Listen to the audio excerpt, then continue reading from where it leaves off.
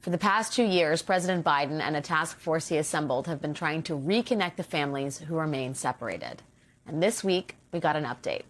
The Biden administration and its task force have reunited 600 of those families. But 998 children remain separated to this day. Joining us now is Lee Gallant, Deputy Director of the ACLU's Immigrants' Rights Project. He has been fighting to reunite these separated families since 2018. Lee, thank you so much for being here. I know I've talked to you about this for years now, and I suppose it is good news. I mean, it definitely is good news that hundreds of children have been reunited, but 1,000 of them still without their parents. Can you talk a little bit about what this reunification process is like and how and why it is so difficult? Yeah, thanks for having me, Alex. We have talked about this, and we talked about it years ago, and who would have thought we were still going to be in this situation? When we're talking about little kids who were separated, hundreds and hundreds of kids below the age of 5 who now have spent maybe 4/5 of their life without their parents. So one of the reasons we haven't been able to even find all the family, we're still looking for 100 families just to make contact with them.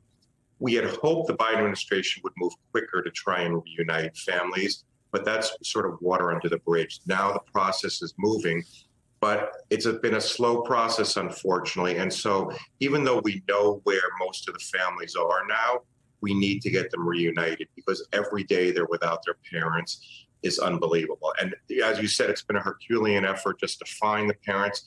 We've had people on the ground, our co-counsel, our steering committee has been working on that. It's just been unbelievable. And I think the challenge now for us, and that's why I appreciate you doing this segment, is to make the public realize that this is not all over. As you said, people took to the streets in the beginning. It's the worst thing that I had ever seen in 30 years.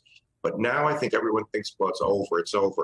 And it's not over for two reasons. One is exactly what you said, is that 900 plus families are still not together. But the other part of it is, even when they're brought back together, there is such deep-seated trauma that we have so much work to do to make these families whole. I mean, I'm working with these families, and when they're reunited, a 3-year-old, a 4-year-old just stands by the window looking to see if men are going to come and take them away again. I mean, I think as parents, we all know, we swear our children know there's no monsters in your room, we'll leave a light on. But these children actually have experienced people coming and taking them away in the middle of the night.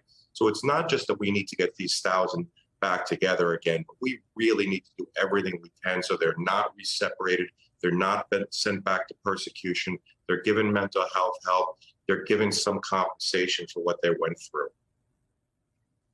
I am so shocked that we're talking about the youngest children here. I'm sure there's a range of ages. But is it really some of these 3-year-olds and 4-year-olds that still haven't been reunited with their families? And is anybody, Yes. I mean, what conditions are they in now? Are they with foster care? I mean, where are they living if they're not with their parents? Yes, what we know is, and the Biden administration puts the number at 3,900 who were separated. That's because those were legally the ones who were part of the class. We believe that we know that we're over 5,500 separate, and we're fighting to get them all relief because some of them were not put into the lawsuit, into the class action by the judge because of very, very minor crimes the parent may have committed decades ago. So of those 5,500, we know that there were approximately 900 that were under the age of 5 years old when they were separated. Some were less than a year old. So now we're talking years and years that they had not been with their parents. They're with foster care, they're with relatives that they never knew, they could be with a friend of the family. And a lot of them don't even remember their parents anymore. So we have this situation of the children saying, well, this person I'm living with seems okay, and I don't really remember my parents. I mean, it's just heartbreaking that these children are now growing up without their parents. And, the focus has been on the children, understandably, but the parents are just suffering so much because they're feeling so much guilt. The children are being returned to their parents and saying, Mommy, Daddy, why didn't you stop them from taking me? Didn't you love me enough?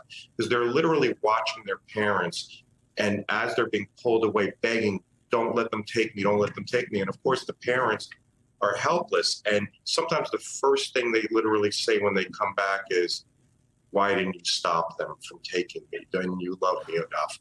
And it just obviously is breaking these parents' hearts, so they need help as well.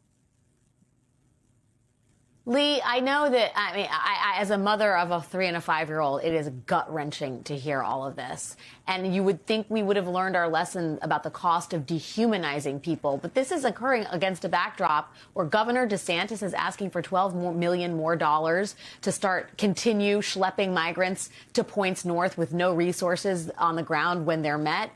Governor Abbott of Texas wants to continue this process of taking migrants to places they never intended on going. I mean, what does this state of affairs tell you about lessons learned since the Trump administration?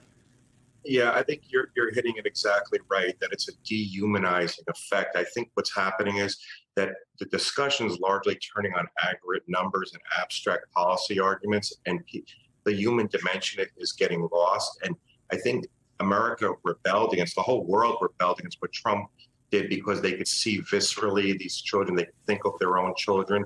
But now the same things, it may not be exactly the same thing where we're literally taking children away from their parents, but there is just egregious things going on. And I think people are not getting upset because these migrants have been so dehumanized. I think we didn't learn the lesson. You're exactly right. And I also fear that the separation stuff is out of sight, out of mind. And until we start focusing, and that's our challenge, to remind people it's not over. We still have 1,000 families to get back together. And after that, there is so much work to make them whole. But you're right, it's about othering people and dehumanizing them, because I think when people think of their own child, as you said, a 3- and 5-year-old being taken away, that they shudder at that.